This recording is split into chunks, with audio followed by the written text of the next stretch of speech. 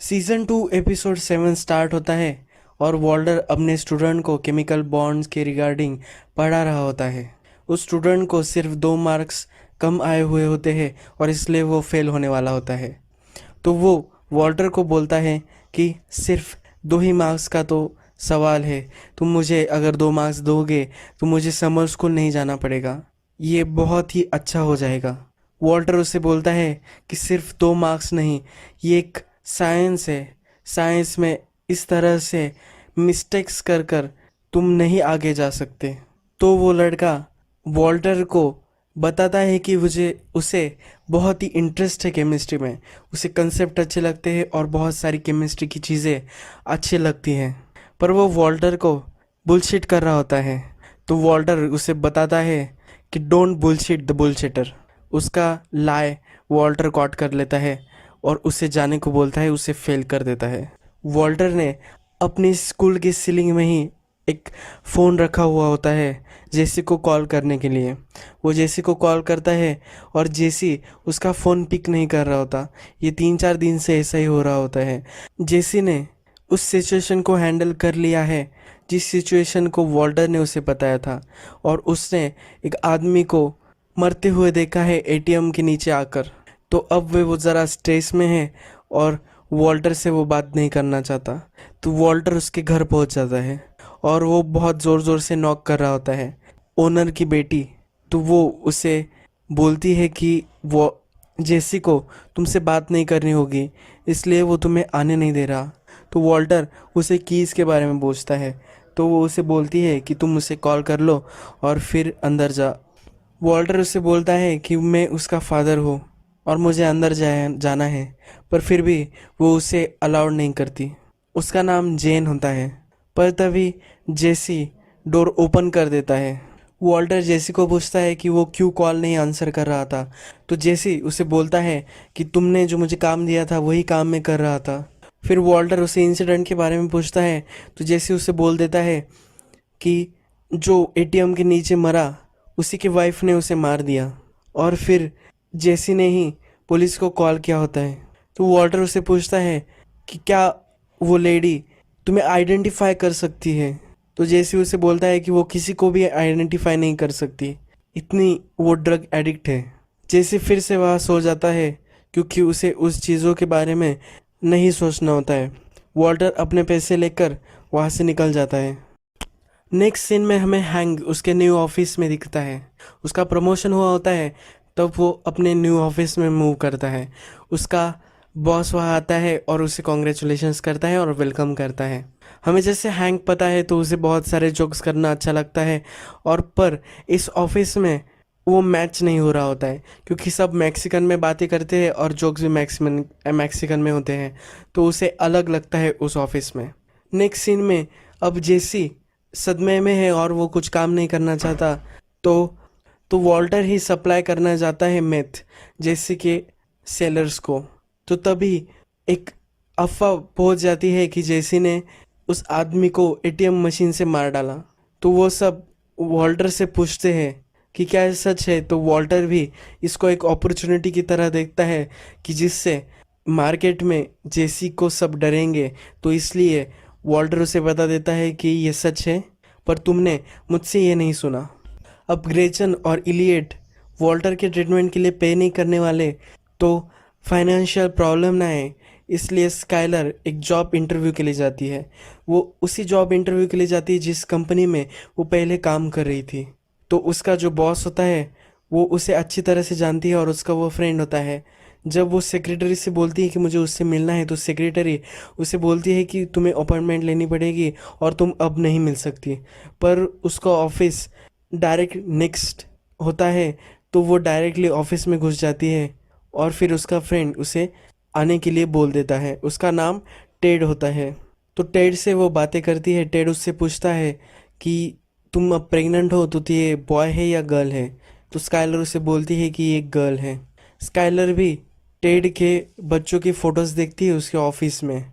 Skyler उसे बताती है कि मैं यहाँ डाटा एंट्री के लिए अप्लाई कर रही थी, पर वो एक अकाउंटेंट हुआ करती थी जब प्रीवियस जॉब वो करती थी।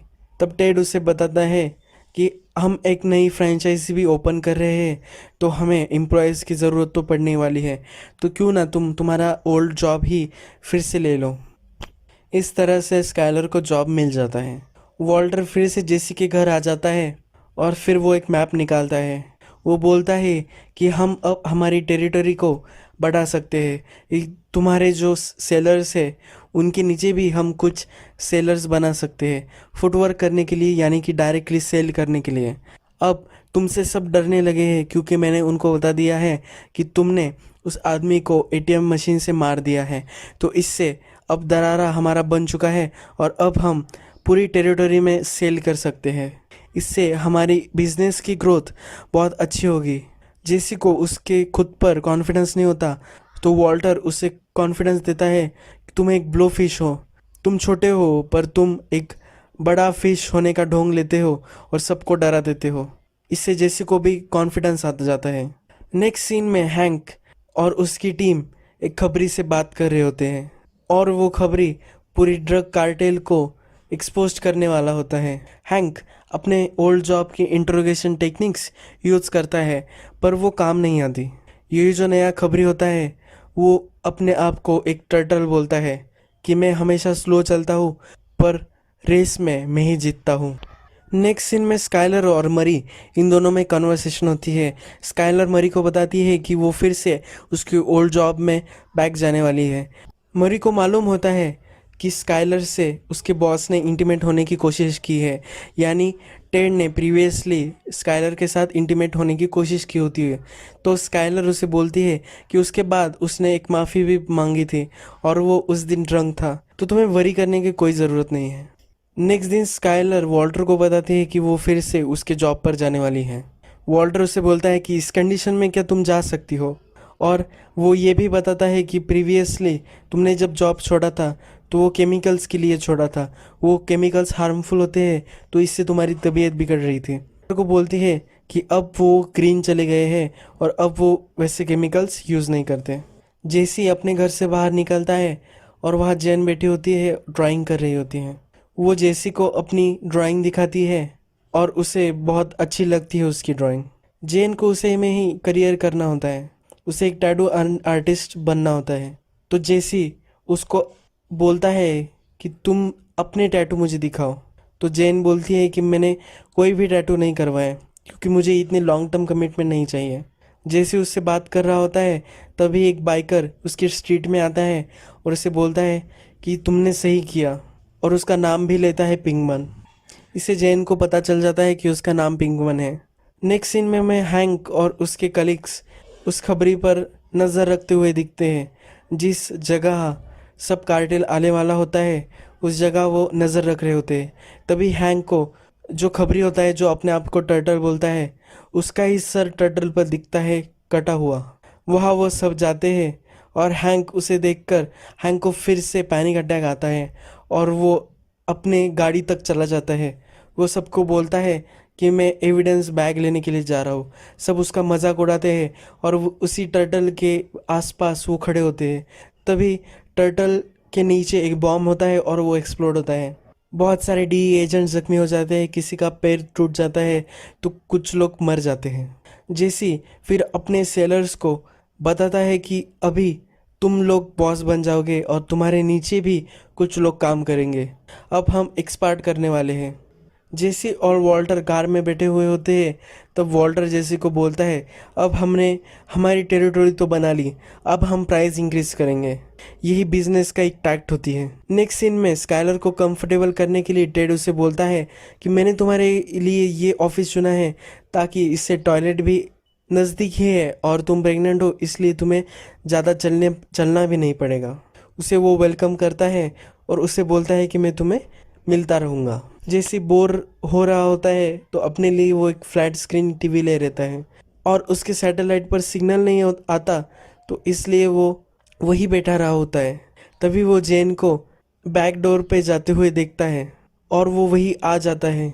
उससे वो बात करने लगता है और उसे बताता है कि मेरा नाम पिंकमन है। उसे वो इनवाइट करता है कि मेरे पास फ्लैट स्क्रीन टीवी मैंने अभी अभी परचेस किया है, क्या तुम्हें देखना है? तो वो दोनों चेयर पर बैठ के सैटेलाइट कनेक्ट होने की वेट करते रहते हैं और तभी वो दोनों इंटीमेट हो जाते हैं। इस तरह से एपिसोड ख़त्म हो जाता है।